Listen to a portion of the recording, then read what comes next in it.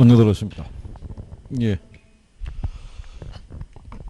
자, 오늘은 그 209페이지죠? 예.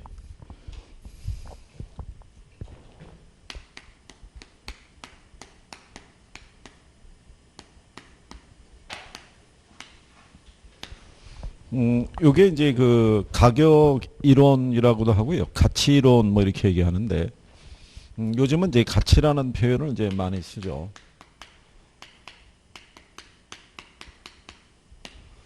예, 이제 거기 보면 이제 가치와 가격이라고 해놓고요. 제일 먼저 나오는 게,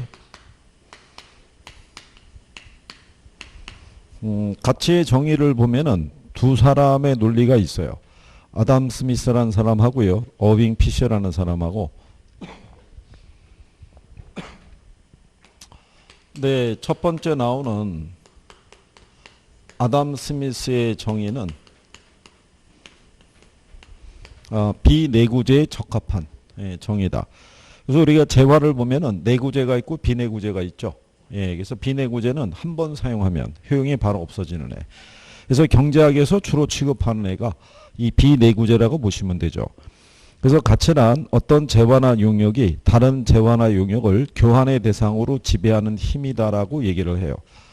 그러면 우리가 가령 예를 들어서 제과점에서 빵을 구입을 할 때 빵 하나에 1,000원을 지불하고 구입했죠. 그러면 그 빵에는 1,000원 정도의 효용이 있다는 얘기예요. 그러니까 모든 재화는 아담 스미스가 얘기한 거는 사용 가치하고 교환 가치가 있다라고 얘기를 해요. 그래서 얘가 시장에서의 교환 가치를 갖기 위해서는 이게 있어야 돼요. 사용 가치가. 사용 가치가 없는 재화는 교환 가치도 성립할 수 없다라고 보는 거예요. 그죠? 그래서 우리가 옛날에는 물건을 교환을 할 때 있죠. 화폐라는 단위가 없을 때는 물물 교환했을 거예요. 자기의 효용에 따라. 그러니까 뭐 물고기 한 마리하고 뭐 예를 들어서 바나나 세 송이하고 이렇게 교환하듯이. 근데 화폐라는 단위가 있고 난 다음에는 그 물건이 가지고 있는 가치 있죠. 예, 이게 화폐 단위를 빌려서 가격으로 표현이 되는 거죠. 그래서 요 가격의 기초에 있는 게 바로 뭐냐면 가치가 있다라고 보는 거예요. 그러니까 우리가 만약에 가격을 1,000원을 줬다는 얘기는 그 물건의 가치가 1,000원 정도의 가치가 있다 이런 얘기죠. 그래서 경제학에서는 가치와 가격을 별도로 구별하진 않아요. 가격의 기초에 있는 게 뭐다? 가치가. 그래서 물건의 가치가 만약에 높아지면 뭐도 가격도 올라갈 수 있다라고 보는 거죠. 그래서 이렇게 가치와 가격이 일치하는데 단기적으로 보면 이 가치와 가격이 달라질 수도 있다라고 얘기해요. 그러니까 이게 달라지게 되는 거는 시장에서의 수요와 공급의 변화 있죠. 그러니까 수요에 비해서 공급이 부족하거나 또는 수요에 비해서 공급이 많아지게 되면 이 가격이 가치로부터 괴리된다는 얘기죠. 그러니까 요거는 우리가 이제 근래 보면 마스크 있죠. 예, 마스크의 본래 가지고 있는 이 가치보다도 시장에서 거래되는 가격이 훨씬 비싸게 거래되는 그런 경우가 있죠. 그러다가 이제 마스크의 공급이 원활하게 되면은 거꾸로 가격은 어때요? 또 떨어지게 되겠죠. 그래서 단기는 이렇게 괴리될 수 있는데 장기적으로는 가치와 가격은 일치하게 되죠. 왜냐하면 가격은 장기적으로는 가치에 회귀하려는 성질을 갖고 있다는 얘기죠. 이게 시험에서 한번 나온 거예요. 단기적으로 괴리되는데 단기는 일치하고 장기는 괴리한다. 뭐 이렇게 해서 틀리게 한번 준 적이 있어요. 그래서 이게 이제 경제학에서 얘기하는 사고라고 그러면요. 여기에는 이제 어빙 피셔라고 하는 사람이 있어요. 이 사람의 가치의 정의는 부동산과 같은 내구재 있죠. 예, 여기에 부합된다고 그래요. 그러니까 이 사람이 얘기하는 가치는 장래에 기대되는 편익이 있죠. 이 편익의 현재 가치라고 얘기를 해요. 그러면 내구재 같은 경우는 현재 만약에 부동산과 같이 시장에서 현재 형성되는 시세가 5억 정도에 형성이 되어 있다 그래서 이 5억이라는 게 장래에 기대되는 편익이 있죠. 이걸 100% 반영했다고 보기는 어렵다는 얘기죠. 왜냐하면 내구재들은 수명의 주변 환경의 변화에 따라 가치 현재 시장에서 거래되고 있는 가격보다도 훨씬 비싸거나 또는 싸게 거래될 수 있는 것도 분명히 존재하죠. 그래서 여기 있는 내구재는 현실 시장에서 거래되고 있는 가격과 이 물건이 가지고 있는 가치 있죠. 예, 이거를 구별할 필요성이 있다는 얘기예요. 그래서 이제 거기 보면은 가치와 가격의 구별이라고 해놨죠. 예, 그래서 이제 그거 얘기하는 거죠. 그래서 이제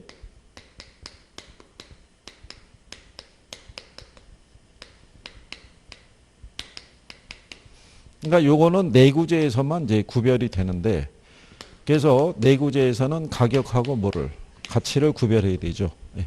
근데 이제 여러분 시험에는 묶어서 나와요. 그냥 거기까지 들어가면은 좀 복잡하다고 보는 거죠. 제가 지금 여러분들에게 강의해 드리는 것도 이 가치 어떤 발전되는 과정이 있어요. 그게 나중에 뒤에 가면 3방식이 있죠. 예, 거기에 기초가 되는 논리인데, 근데 거기까지는 시험상에서 잘 인용은 안 되죠. 그러니까 그냥 요 정도까지만.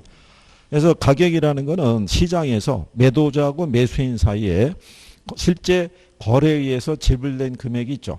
그래서 우리가 그거를 실거래액이라고 그래요. 그러니까 실거래액은 파악하기가 쉽죠. 그러니까 주어진 시점에서 이 가격은 하나밖에 없어요. 그죠? 하나만 성립되고 이미 지불됐으니까 무슨 값이라고 하냐면 과거의 값이라고 그래요. 근데 가치라는 거는 장래에 기대되는 편익의 현재 가치라고 그러죠. 예. 근데 얘는 평가 목적에 따라 가치는 여러 개가 성립할 수 있다는 거죠. 그래서 주어진 시점에서 가치는 여러 개가 성립할 수 있고 장래 이익을 바탕으로 한 무슨 값이다. 현재 값이라는 거죠. 이게 시험에서 한번 바뀌어서 나온 거죠.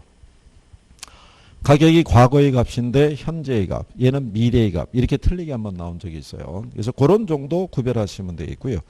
그 밑에 가면 가치의 종류라고 해놨었고요. 요 시장 가치에 대한 건 우리가 지난번에 했었어요. 그죠? 그럼 뒷페이지 210페이지 가면 중간에 가치의 종류라고 있죠. 박스에 보시면, 예, 그거는, 예, 조금 아까 말씀드린 대로 아담 스미스는 재화의 가치가 사용 가치하고 그 다음에 교환 가치로 이렇게 명시했을 때, 요 사용 가치가 나중에 투자 가치로, 여기 있는 교환 가치가 나중에 시장 가치로. 그러니까 요 투자 가치라는 건요, 투자자의 주관적 가치고요. 이거는 시장에서의 객관적 가치라고 보시면 돼요. 이게 한번 바꿔서 나온 적이 있어요. 투자 가치가 객관적인 가치다 이렇게 해서 틀리게 준 적이 있어요. 사람이 보는 관점이 틀리죠. 그렇죠? 예, 그러니까 본인이 판단했을 때는 이 물건의 가치는 만약에 이런 거죠. 시장에서 현재 거래되고 있는 부동산의 가격이 만약에 5억인데 투자자가 봤을 때는 이거 이상의 가치를 갖고 있어요. 그러면 나는 위험을 감수하고 투자할 수 있다는 거고, 반대 경우는 투자를 기각하겠죠. 이게 여러분들이 투자론에서도 한번 해보신 거죠. 기대 수익률과 요구 수익률의 관계 있죠. 같은 맥락이니까. 그래서 그 정도만 알아두셔도 돼요. 예, 그래서 그런 내용이고, 그 밑에 가면 부동산 가격의 특징이라고 해놨죠. 요거는 일반 재화에서는 찾아볼 수 없고요. 부동산에서만 나타나는 거라고 보시면 돼요. 그래서 이 부동산 가격은 일반 재화와 다르게 가격과 임대료로 표시할 수 있다라고 얘기를 해요. 그러면 얘가 이 두 가지로 표시가 가능한 이유는 얘가 영속성이 있어서 그래요. 그렇죠? 그래서 일반 재화는 다르게 가격하고 또는 뭐로? 임대료로. 왜냐하면 얘는 줄어들지 않는 성질을 갖고 있으니까 다른 사람에게 임대를 줄 수 있다. 그래서 우리가 경제편에 가더라도요. 수요의 가격 탄력성 또는 수요의 임대료 탄력성 이렇게 명시할 수 있는 거예요. 그래서 그렇게 보시면 되겠고, 그 다음에 부동산 가격은 소유권 및 기타 권리 이익의 대가로 구성이 돼요. 예, 그 얘기는 여기 이렇게 부동산이 있게 되면요. 이 부동산을 소유하고 있으면 뭐를 갖고 있겠어요? 예, 소유권을. 근데 이 부동산의 일부를 만약에 세를 주게 되면 전세권이, 얘를 담보로 대출받으면 저당권이 설정이 되죠. 그래서 이 부동산은 소유권 전체로서의 가치도 갖고 있고요. 이렇게 기타 권리 이익이 있죠. 요걸 이제 부분 권익이라고도 얘기를 해요. 예. 그래서 이제 이렇게 구성이 되어 있는데 이걸 우리가 가치를 구할 때는 따로따로 구해요. 얘 따로, 얘 따로, 그 다음에 얘 따로. 왜 그러냐면 얘하고 얘하고를 합한 금액이 이 소유권 전체의 가치하고 일치하지 않아요. 네, 그렇기 때문에 이걸 따로따로 우리가 구해야 된다고 얘기를 해요. 그 얘기는 하나의 물건에도 둘 이상의 권리이익이 존재할 수 있다는 거예요. 여기서는 그게 포인트예요. 예. 그래서 둘 이상의 권리익이 존재할 수 없다 그러면 틀리는 거예요. 그럼 그거 기억하시면 되겠고. 그 다음에 부동산 가격은 장기적인 배려하에 형성이 되죠.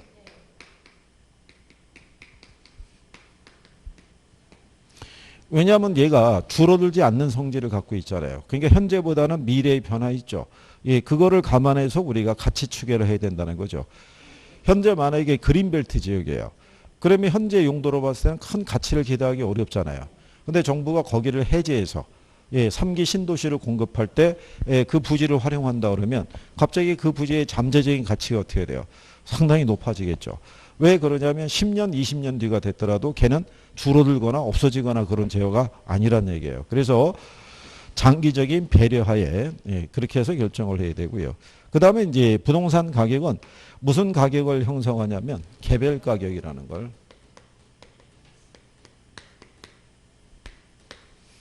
그 얘기는 여기 부동산이 있잖아요.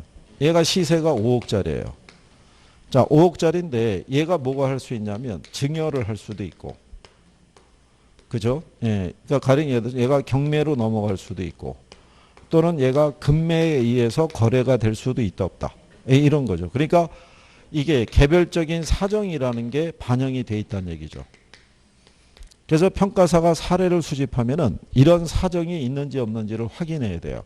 있으면 이런 사정이 없는 걸로 우리가 보정해 줘야겠죠. 그래서 사정 보정 작업이라는 걸 해야 된다. 뭐 이런 얘기죠. 그 다음에 이제 부동산 가격은 뭐를 반영하냐면 지역성을 반영을 해요. 왜냐하면 이제 부동산 시장은 고도로 국지화되어 있다는 얘기죠. 그리고 움직이지 못하니까 어느 지역에 있는 거냐에 따라서 시세가 틀려지는 거죠. 그 다음에 부동산 가격의 하방 경직성이라는 게 있어요. 부동산 가격은 수요가 전무하더라도 일정 수준 이하로는 떨어지지 않는 성질을 갖고 있다. 지금도 마찬가지죠. 일정한 지역의 경기가 안 좋아서 부동산의 거래 가격이 점점 떨어지죠. 근데 매도자가 생각하는 하한선이 있다고요. 이거 이하로 떨어지면은 안 팔아요. 매물을 걷어들여요. 지금 안 팔리면 세를 주면 되고 돈이 필요하면 대출 받았으면 된다. 이런 논리이기 때문에 그래서 우리나라에서는 부동산 가격이 쉽게 떨어지지 않는 이유가 뭐냐면 자산 구성의 절대적인 비중이 제일 큰 애가 부동산이에요. 그러니까 우리나라 사람들이 부동산 가격에 민감해지는 거예요. 그러니까 전 갖고 있는 재산의 대부분 차지하는 게 부동산인데 정부의 규제 등으로 인해서 부동산 시세가 떨어지는 것에 대해서는 참 견디기 힘들어하는 거죠. 그리고 이제 우리나라에서는 또 성공했다는 기준 중에 하나가 집이 있느냐 없느냐를 또 판단해요. 그러니까 집이 사야 되는데 집 사기 힘들어지면 또 거기에 따른 불만 이런 게 나오는 거죠. 근데 이제 정부의 입장에서는 전체적인 그림을 그려놓고 보게 되면 일단 주거에 대한 부분이 안정이 돼야 되거든요. 근데 그거를 유지하기 위해서는 사람들이 너무 부동산에 지금 쏠림이 돼 있으니까 그리고 전 세계적으로 부동산에 대한 부분이 전체 자산의 큰 비중을 차지하는 게 몇 나라가 없어요. 그러니까 이제 물론 이제 유럽이나 이런 나라들도 이제 부동산에 대한 선호도가 있을지 모르겠는데 유럽 애들이 부동산을 보는 시선은 틀린 거예요. 걔네가 소유 개념이 아니라 이용의 개념으로 보는 거예요. 어차피 우리 인간이 살아갈 수 있는 시간은 제한적인데 부동산에 대한 거를 굳이 그거를 소유하기 위해서 할 필요가 뭐 있느냐. 그러니까 인식이 좀 달라져야 돼요. 소유의 대상이 아니라 이용의 대상이다. 우리가 살아가는 동안에 내가 거주의 공간으로 활용하는 부분으로만 인식하면은 부동산 문제가 많이 줄을 수 있는데 근데 우리나라는 구조적으로 왜 그게 조금 어렵냐면 일단 농업국가였다는 거. 그래서 지주하고 소장농 있죠. 이런 신분 관계가 존재한 거죠. 그러다 보니까 그 예전에 이제 해방이 되고 나면서 신분 관계가 없어졌어요. 없어지고 난 다음에 가만히 보니까 소장농들이 맺힌 게 뭐겠어요? 그쵸, 땅이. 그러니까 돈이 생기면은 뭐를 땅을 사서 모으자 뭐 이런 거였던 거예요. 근데 그게 또 어디서 여실히 나오냐면 해방 후에 조금 있다 바로 전쟁이 발생했잖아요. 전쟁통에 다 사라졌는데 땅은 남아 있는 거예요. 그렇잖아요. 피난 갔다가 돌아왔더니 집이고 뭐고 다 날라갔는데 땅은 있는 거예요. 그러니까 토지대장을 갖고 있으면 내 땅이다라는 것을 입증할 수 있었고 그러고 난 다음에 우리나라가 70년대 들어오면서 고도 성장기에 개발이 많이 일어났죠. 개발에 따른 이 보상이 있죠.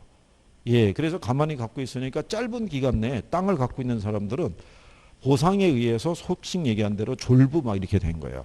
강남 개발이 되면서 보상에 의해서 졸부가 됐다라고 하는 사람들이 많잖아요. 그러니까 결국은 뭐가 제일이라는 생각을, 그렇죠. 부동산이 제일이라는 생각을 갖게 된 거죠. 그게 이제 누적이 된 거죠. 이렇게.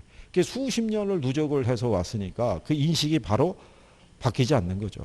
그러니까 우리나라에서도 뭐 정치하는 사람이든 고위공직자가 됐든 이런 사람들도 다 예전에 인사청문회 들어가면은 재산 내역이 나오잖아요. 그 재산의 대부분이 뭐가? 부동산이 참 많죠. 그러니까 어쨌든 뭐 그렇다는 얘기죠. 자, 그래서 여기서는 요게 이제 시험상에서 그죠? 활용이 됐었으니까 그 정도 알아두시면 되겠고, 그 다음에 부동산의 가치 발생 요인하고요, 가치 형성 요인이라고 있어요. 여기서 얘기하는 가치 발생 요인은요, 재화가 가치를 갖기 위해서는 구비돼야 될 조건이 있는 거죠. 그래서 효용이라는 게 있어야 되고요, 상대적 희소성이라는 게 있어야 되고, 그 다음에 유효 수요라는 게 있어야 되고, 그 다음에 이전성. 자, 그런데 이제 여기 여러분들이 보시면 위에 거 세 가지 있죠. 예, 요거는 그 경제학자들이 제시한 거예요. 그러니까 일반적으로 부동산 가격이나 일반 재화의 가격이 있죠. 예, 그거는 수요와 공급의 상호작용에서 결정이 된다는 거야. 이렇게. 그래서 요거는 경제학자가 제시한 거고요. 요거는 부동산 학자가 제시한 거예요. 이번에 정부가 강남에 4개 지역이 있죠. 예, 거기를 이걸로 지정했죠. 예. 토지거래 허가구역으로 지정을 하게 되면 이게 땅에만 적용되는 게 아니라 그 위에 있는 주택이나 건물에도 다 적용이 되는 거거든요. 그러면 허가가 안 나게 되면 권리 이전이 안 되잖아요. 그러면 적정한 가치를 갖기가 어렵다, 이런 얘기가 되겠죠. 자, 그 다음에 이제 재화가 가치를 갖기 위해서는 효용이 있어야 돼요. 그래서 부동산 같으면 쾌적성 또는 수익성이 있죠. 예, 이런 것들이 바탕이 돼야 되고요.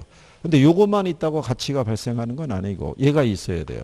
그러니까 얘는 수요에 비해서 뭐가 부족할 때, 예, 공급이 부족할 때, 그거 얘기하는 경우죠.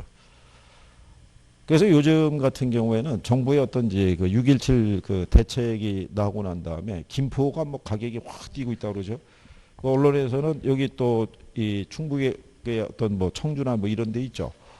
그런 데는 지금 미분양을 시키지 않고 미분양이 되면 외지 사람들이 들어와서 다 분양받을 수 있다 그래서 또 분양의 쏠림 현상이 나오는 거죠.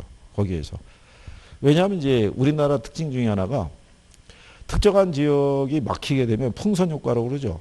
다른 데서 빵 터지는 이제 그런 식으로. 그러니까 요즘은 그 양반들이 전국을 안 돌아다니는 데가 없는 거예요. 하다못해 강원도까지도 가고, 그러면 나중에 전국적으로 어떻게 되겠어요? 다 이제 뭐 난리가 나는. 그러니까 인식이 바뀌어야 돼요. 그래서 이제 돈이 자꾸 어디로 흘러 들어오게 되면 부동산으로. 예. 그러니까 그래서 여러분들이 지난번에 그 할당적 효율성에 대해서 배우셨을 때, 그래서 모든 자본시장에서 얻을 수 있는 이익의 크기가 비슷하게 주어져야 돼요. 그래야지 돈이 쏠림 현상이 안 나타나는 거죠. 한때 우리가 주시장이 호황이었을 때 있죠.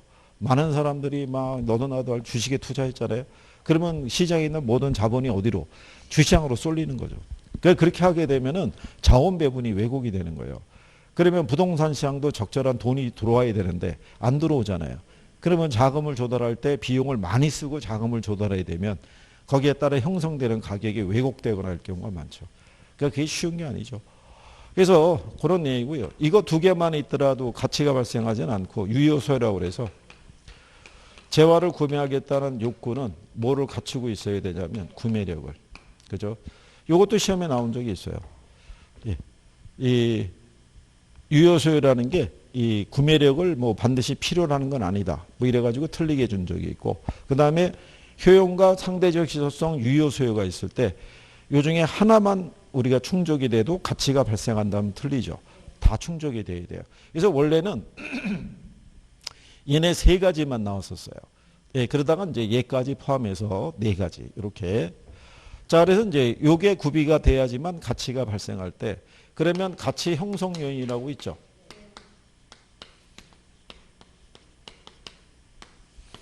얘는 여기에 영향을 주는 거예요. 가치 발생 요인에 영향을 주는, 즉 그 우리 교재상에 보면 어디에 영향을 주는, 부동산의 경제적 가치에 영향을 주는, 그죠? 일반 요인이라는 것도 있고요. 그 다음에 무슨 요인? 예, 지역 요인, 그 다음에 개별 요인, 이렇게 되어 있는 거죠. 예, 근데 이제 여기 있는 일반 요인이라는 게 사회적, 경제적, 예, 행정적인 요인을 얘기하고요. 그러니까 요거는 넓은 범위를 얘기하고요. 이거는 전국적으로. 예. 근데 여기 있는 지역 요인이 있죠. 그러면 얘는 이게 축소된 거예요. 그러면 사회적 요인, 경제적 요인, 행정적 요인에다가 그 지역에 자연적인 조건이 있죠. 예, 요것까지 포함이 된 거예요. 그 지역만의 특색이라고 봐야겠죠. 그러니까 예를 들어서 이번에 왜 국지성 호우가 쏟아지죠. 근데 지역마다 강수량이 틀리잖아요. 예, 그 조건이 같은 곳. 그렇잖아요. 예, 그래서 그게 무슨 요인이다. 그게 지역 요인이에요. 그러면 이 요인을 공유하고 있는 데 있죠. 예, 그게 인근지역이라는 거예요. 그러니까 인근지역에서 사례를 수집하면 우리가 뭐는 안 해도 되냐면은 지역 요인 비교는 안 해도 되는 거예요. 이게 공통적이니까. 이해하시겠나요? 예. 그래서 예, 그런 내용 정도를 그래서 이게 가치 형성 요인이 답으로 나온 적도 있어요. 예, 용어상에서 있는 거니까. 그러니까 예를 들어서요, 우리 지난번에 해봤던 건데, 238페이지 가보세요. 238페이지에 가시면, 거기 감정평가 규칙상의 용어라고 해놨죠. 예, 거기 보면은 양가로 4번에 가치 형성 요인이라고 있죠. 예, 대상 물건의 경제적 가치에 영향을 미치는 일반 요인, 지역 요인 및 개별 요인 등을 말한다고 했잖아요. 예, 이게 답으로 나왔던 거예요. 5번 지문으로 해서 감정평가 규칙상 용어에 관한 내용이다. 올바른 걸 골라라. 그래서 걔를 답으로 이렇게 한번 유도했던 거죠. 예, 그랬었을 때 240페이지 있죠? 뒷페이지 넘어가시면 거기 양가로 13번에 인근지역이라고 나오죠. 예. 감정평가의 대상이 된 부동산이 속한 지역으로 부동산 이용이 동질적이고 가치 형성 요인 중에서 뭐를 지역 요인을 공유하는 거 인근지역이라고 그러죠. 예, 그거를 개별 요인을 공유한다 그래서 틀리게 한번 또 나왔었어요. 그렇게 바꿔주는 거예요. 그렇게. 예, 뭐 그런 내용으로 뭐 보시면 될 거예요. 예. 나 다시 이제 본문으로 오셔가지고 그래서 이제 거기 212페이지에 있는 상단 박스에 사회적, 경제적, 행정적 요인이 있죠. 이거 외우거나 하실 필요는 없어요. 그냥 그런 개념 정도만 알아두시면 되겠고요. 그 다음에 그 밑에 가면 가격 재원칙이라고 있죠. 예, 거기는 별표 하나 하시는 거고요.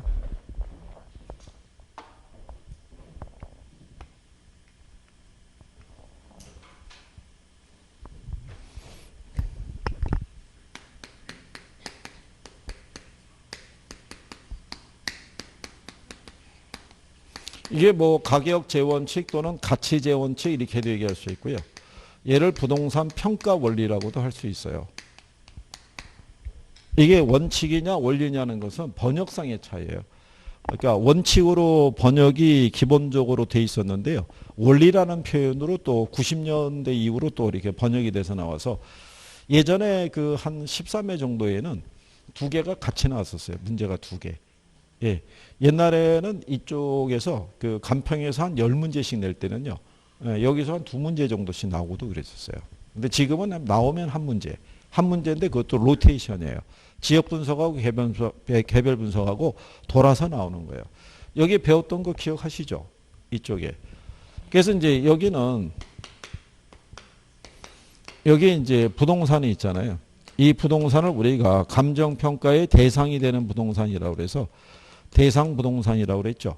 이 부동산의 가치를 구하려고 그러면 이 상태를 기준으로 구해야 돼요. 예, 최이호 이용. 근데 요 최이호 이용이라는 거는 이건 개별 부동산이 있죠. 개별 부동산을 기준으로 최이호 이용 상태를 판정해야 되는데 개별 부동산의 최이호 이용이라는 거는 지역의 환경이 변하면 개별 부동산의 최이호 이용도 달라져요. 그죠? 그래서 여기에 변화를 주는 게 뭐가 있냐면 그게 우리가 토대가 되는 원칙이 있죠. 전제가 되는 원칙이라고 그래서 변동과 예측의 원칙이라는 걸 따져봐야 돼요. 지역이 현재 농업지역인데 얘가 만약에 택지지역으로 지역적인 환경의 변화가 되면은 그 안에 있는 개별 부동산의 최이호 이용도 달라질 수 있다는 거죠. 그러니까 그것까지 감안해서 평가사가 가치를 추계해야 된다라고 얘기하는 거죠. 그러고 난 다음에 얘가 최이호 이용 상태인지 아닌지를 판정하기 위해서 내부 측면에서는 균형의 원칙을, 외부 측면에서는 적합의 원칙이라는 거를 대입을 하는 거죠. 예. 그래서 이제 이런 것들을 기준으로 해서 이 부동산의 가치가 만약에 평가사가 이 가치를 5억이라고 만약에 의견을 냈으면 왜 5억으로 결정이 됐는지를 설명해 주는 거죠. 이게. 그래서 이제 그 종류를 보게 되면 제일 먼저 나오는 게 토대가 되는 원칙이 있죠. 예. 전제가 되는 원칙에서 나오는 게 그게 변동의 원칙이죠. 그러면 변동, 이 제목이 뭐예요? 예. 부동산을 둘러싸고 있는 환경이 있죠. 그래서 뭐가 변하냐면 가치 형성 요인이 있죠. 사회적, 경제적, 행정적 요인은 계속 변할 수 있다는 거예요. 그래서 거기 변동의 원칙에 보면 부동산의 가치는 가치 형성 요인의 변동 과정에 영향을 받아서 형성이 된다는 원칙이다. 이런 얘기죠. 그래서 얘가 뭐를 판단할 때 기준 시점이 있죠. 예, 여기 근거가 되는 거예요. 예, 왜냐하면 부동산의 가치는 계속 바뀌거든요. 그러니까 우리가 가치를 판단할 때는 하나의 시점을 정해놓고 가치를 추계할 수밖에 없다는 얘기예요. 환경이 달라지니까. 그렇겠죠. 그러니까 이제 여러분들이 보시면 그 행정도시는 세종시가 조성이 되기 전에 거기가 충남 연기군 이렇게 했을 때 농지 형태로 있었을 때 그때 가치와 지금의 가치는 현격히 다를 수밖에 없죠. 그게 이제 지금은 전국적으로 그런 부분에 변화가 있어서 왜 우리가 어디가 신도시 들어선 데 가게 되면 거기 원래 고향이거나 오래 살았던 분들이 있죠. 거기를 떠나서 외지에 있다가 다시 오래간만에 들어오면은 여기가 이렇게 바뀔 줄은 몰랐다 이런 얘기죠. 옛날에 여기가 다 논밭이었고 여기서 뭐 메뚜기도 잡고 뭐도 잡고 이랬던 데인데 쓱 오면은 다 사라지는 거죠. 그 전에. 그럼 그 안에 있는 개별 부동산의 이용 상태도 틀려지는 거죠. 점점 잠식이 될 수밖에 없죠. 도시가 이제 성장하게 되면 원래 신도시로 조성된 데 주변은 여전히 농업적인 요소가 남아있는 곳도 있어요. 근데 좀 더 시간이 오래 지나면은 더 이상 개를 찾아보기가 어렵죠. 그리고 원래 있던 우리가 토박이라고 그러죠. 그런 분도 있지만 외지 사람들도 많이 유입이 되죠. 그래서 지역에 많은 변화가 갖고 오게 되는 거죠. 그러니까 그래서 우리가 가치를 판단할 때는 뭐를? 기준 시점을. 그리고 이제 우리가 예측의 원칙이라고 그러죠. 예, 그래서 부동산의 가치라는 것은 과거나 현재 이용에서 결정이 되는 게 아니라 미래 이용이 있죠. 예, 거기에서 가치가 결정이 된다라고 얘기하는 거죠. 그래서 뭐가 설명하는 거냐면 제목이 설명하는 거죠. 그렇죠? 그래서 노란색으로 이렇게 표현한 애들에 대해서는 기억을 해 두셔야겠고 그 다음에 이제 내부 측면이 있죠. 예, 내부 측면에서는 가장 대표적인 게 무슨 원칙이냐면 그게 균형의 원칙이죠. 지금까지 이쪽에서 문제가 나왔을 때 얘를 답으로 유도한 게 기본이에요. 그러면 자, 이 균형의 원칙이라는 건요. 부동산의 유용성이 최고로 발휘되려고 그러면 부동산의 내부 구성 요소들이 있죠. 얘네가 균형을 이루어야 된다는 거예요. 그걸 균형을 이루지 못하면은 뭐를 적용하냐면 기능적 감가를 우리가 반영한다는 거죠. 이 기능적 감가라는 게 내부적 감가예요. 그러니까 요거는 부동산 자체에서 발생하는 거라고 생각하시면 돼요. 그죠? 그러니까 이제 먼저 이렇게 보는 거죠. 자, 여기 대지가 한 200평인데요. 건평이 한 180평이 들어가 있어요. 옛날에 대부분 이렇게 지었어요. 그러면 밸런스가 안 맞죠. 그렇잖아요. 너무 건물에 대한 이 연면지 너무 많이 들어가 있잖아요. 그죠? 그러니까 이 밸런스를 보는 거죠. 예, 그 다음에는 이 자체 있죠. 내부적인 측면에서. 안에 들어가게 되면 예전에는 우리가 왜 30평형 지금은 20평만 넘어가도 방 3개 뭐 화장실 2 이렇게 나오는데 옛날에 30평형 때만 방이 3개 화장실이 하나가 보편적이었다고요. 근데 지금은 방이 3개 화장실이 몇 개? 2개. 그렇잖아요. 그리고 옛날에 지어진 거는 지금의 새롭게 지어진 앱에서는 밸런스가 안 맞는 거예요. 그러면 내부적인 부분의 구성이 어떻게 해야 돼요? 이게 밸런스가 안 맞으니까 감가를 주는 거예요. 여기에 맞추려고 그러면 화장실 하나 더 넣을 수 있는 공간을 만들기 위해서는 공사를 해야 될 거 아니에요. 그 비용이 더 추가로 들어간다는 얘기죠. 그리고 옛날에 지어진 애들은 냉난방비도 많이 들어가죠. 단열 시공이나 이런 게 또 안 되고 그랬으니까. 그래서 그런데 밸런스가 안 맞을 때 이런 거 주는 거예요. 그러니까 평가사가 가치를 판단할 때는 내부적인 요소, 구성 요소의 어떤 결합이라는 게 밸런스가 맞고 있느냐를 또 살펴보는 거예요. 그래서 그게 이제 균형의 원칙이고, 얘가 무슨 감가? 기능적 감가. 예. 그 다음에 그 기여의 원칙이라고 있죠. 얘도 제목이에요. 부동산의 가치는 생산비 있죠. 예, 생산비에서 가치가 결정이 되는 게 아니라 기여도에 의해서 가치가 결정이 되는 거예요. 그래서 기여의 원칙이라는 게 추가 투자 여부 있죠. 예, 이거를 판정할 때 기초가 되는 게 기여의 원칙이에요. 그래서 무슨 원칙에 선행이 되냐면 균형의 원칙에 선행이 되는 거예요. 균형 원칙에. 자, 우리가 이제 지난번에 제가 이거 납득시켜 드릴 때 그때 자동차 갖고 얘기한 거 기억하시나요? 자동차 갖고. 그때 왜 젊은 친구가 이게 100만 원 주고 경차를 하나 샀어요. 사고 난 다음에 카 인테리어 있죠. 비용 들여가지고 스키 캐리어도 설치하고 파워 핸들에 내비게이션에 뒤에서 멀리서 보면은 예, 집차처럼 보이라고 타이어도 설치해가지고 한 200 들인 거죠. 이러고 이제 주행 나가면 경차에 대한 어떤 이제 약간의 무시 뭐 이런 거, 그러니까 이런 걸 겪으니까 얘가 다시 돌아와서 중형차로 바꿔야겠다.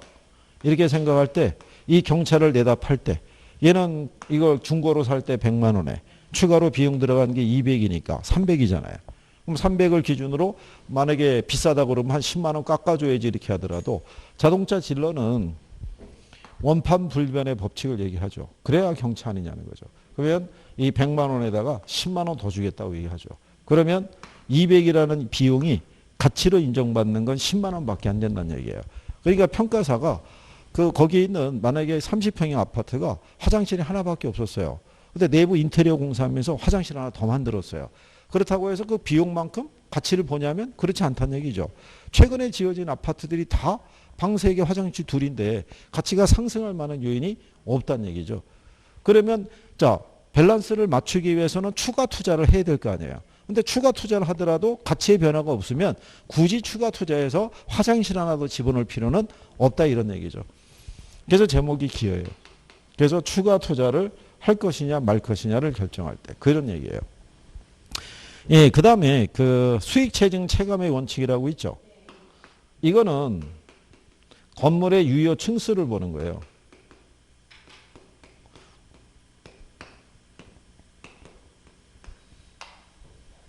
그러니까 이제 무슨 얘기냐면 건물을 올리잖아요. 올렸을 때 우리가 이렇게 이제 한 1층이 있죠. 1층을 지을 때는 예를 들어서 비용이 500이 들어가요. 건축비가.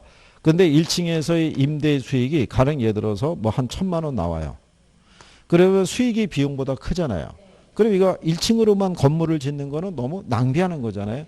그래서 우리가 추가 투자한다고요. 한 층을 더 올려보는 거예요. 근데 비용은 그대로 500이 들어가는데 층이 올라가면 수익이 떨어져요. 네, 그래서 얘가 800이 되는 거예요.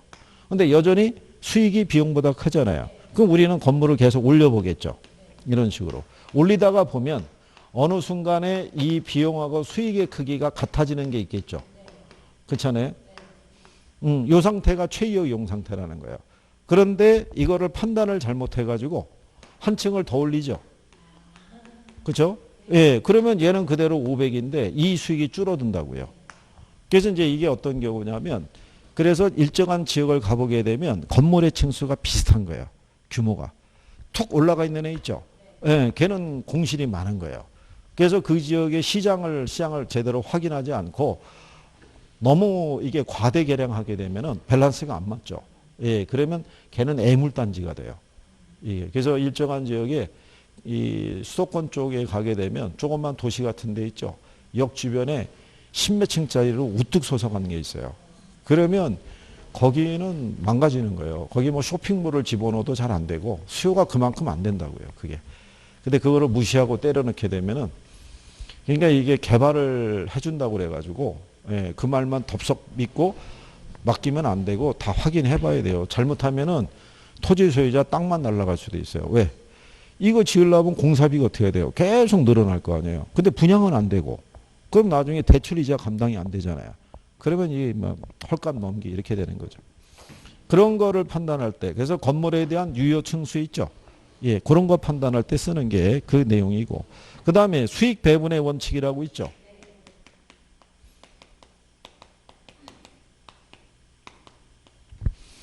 이게 수익 배분의 원칙의 내용을 보면요. 토지의 가치나 지대 있죠. 생산 요소의 결합에 의해서 발생된 총 수익에서 노동과 자본에 대한 비용을 공제한 잔여 수익의 크기에 의해서 토지의 가치가 결정이 된다. 그래서 우리가 지난번에 얘기해 드린 건데 이게 수익 배분의 원칙 또는 잉여 생산성의 원리라고 그래요. 그러니까 토지의 가치는 요 잉여 생산성이 있죠. 이게 지대를 얘기를 해요. 지대의 크기에서 결정이 된다는 거예요. 그러니까 지대라는 게 일종의 초과인이에요. 그래서 우리가 지난번에 이렇게 했었죠. 여기 토지가 있죠. 그 다음에 노동이 있고 뭐가 있다. 그러면 이 토지에서 우리가 만약에 이제 밀이라는 걸 생산을 해요. 생산하기 위해서 이제 노동과 자본이 투입이 되겠죠. 그래서 노동에 대한 대가로 50만 원, 자본에 대한 대가로 50만 원을 지급하기로 한 거예요. 근데 밀을 생산해서 우리가 시장에다 내다 팔아서 얻은 수익이 100만 원이에요. 그러면 100만 원에서 우리가 생산비 줘야겠죠.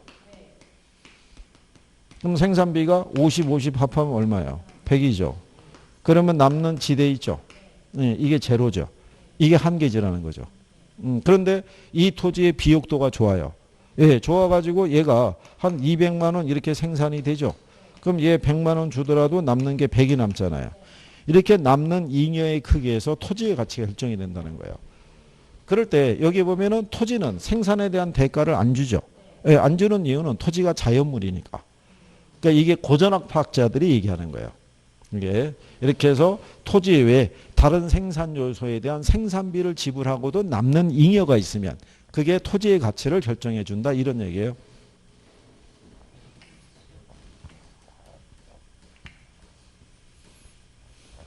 자, 그 다음에 이제 외부 측면에 대한 게 있죠.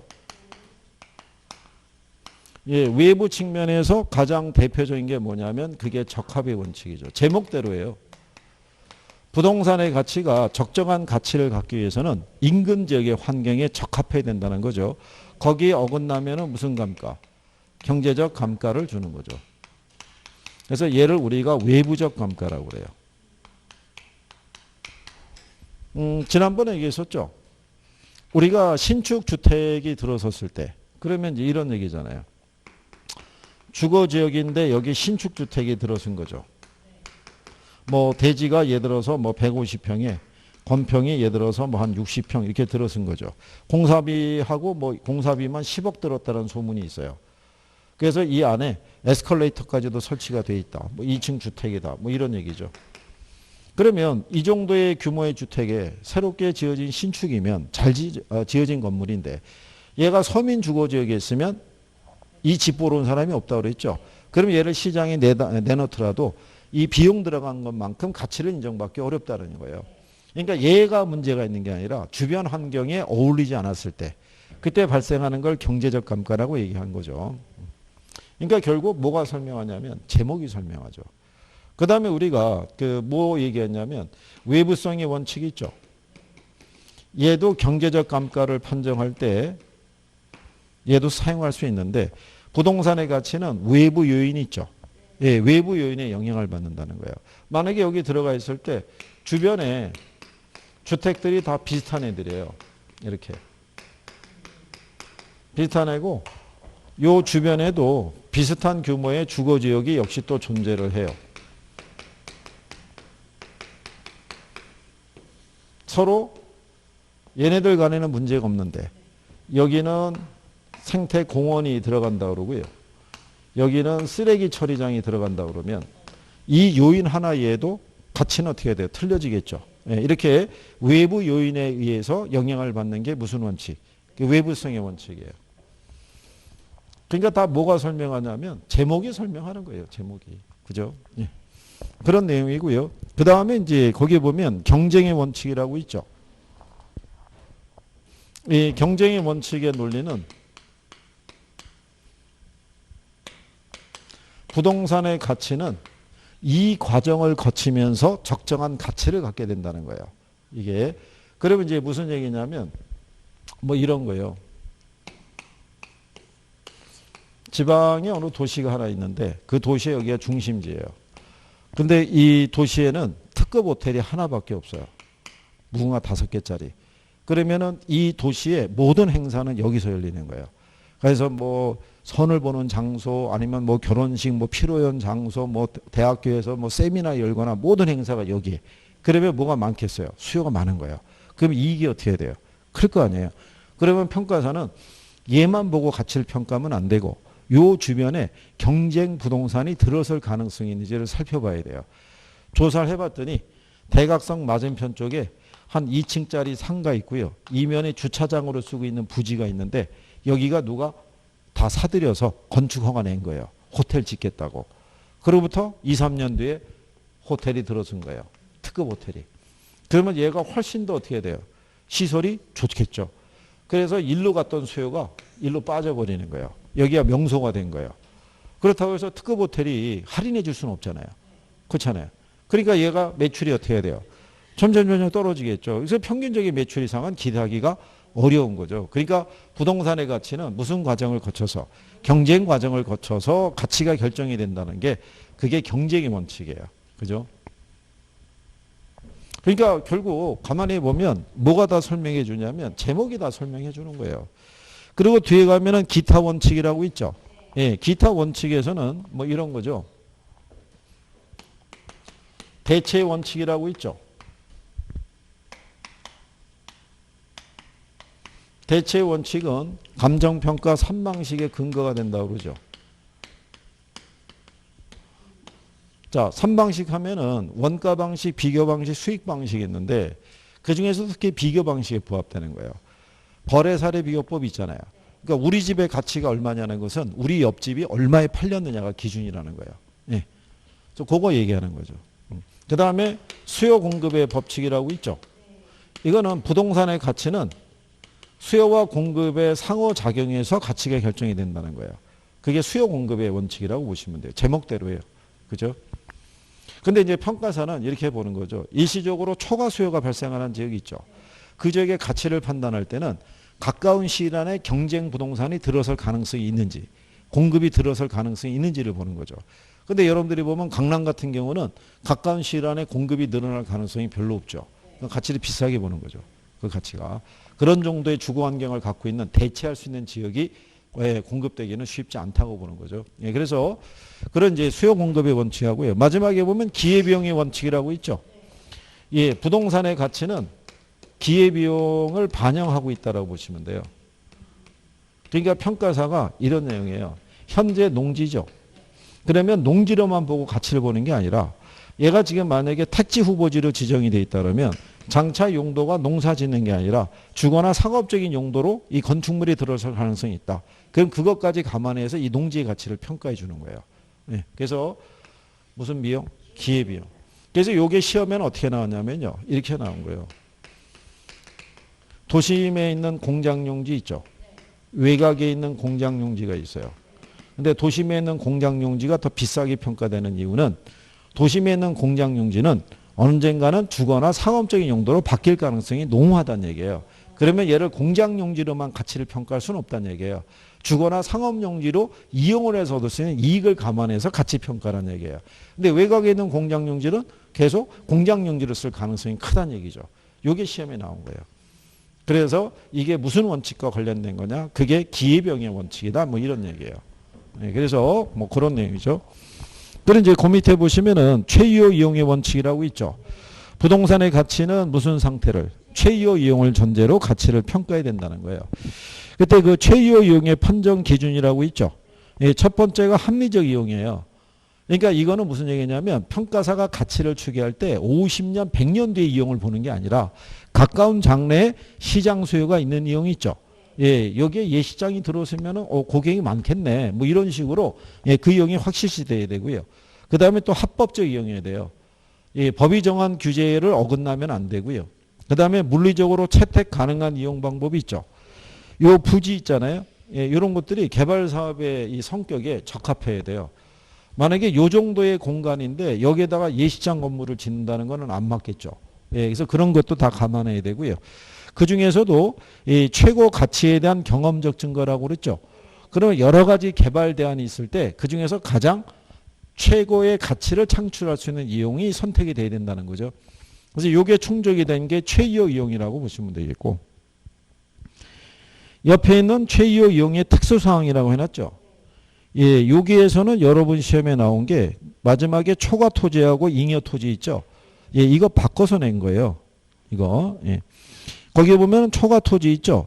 예, 이거는 필요 이상으로 넓은 토지로 분리 매각할 수 있다라고 해놨죠. 그러니까 초과 토지는 뭐 생각하면 되냐면 건물에 딸려 있는 주차장 부지 있죠. 예, 그거 생각하시면 돼요. 건물의 연면적에 비해서 주차장 부지가 훨씬 넓을 수 있죠. 근데 주차장 부지만 따로 분리해서 매각할 수 있다는 얘기예요. 근데 잉여 토지 있죠. 얘는 건물에 비해서 대지 면적 훨씬 넓어요. 근데 걔는 분리해서 매각할 수 없어요. 그게 학교 운동장이에요. 그래서 이거 제목만 바꿔서 한번 냈던 거예요. 그런 정도. 그 다음에 이제 뒤로 넘어가시면 지역하고 이제 무슨 분석이 있어요. 개별 분석. 그래서 이제 잠깐 쉬었다가 여기서부터 해보시죠.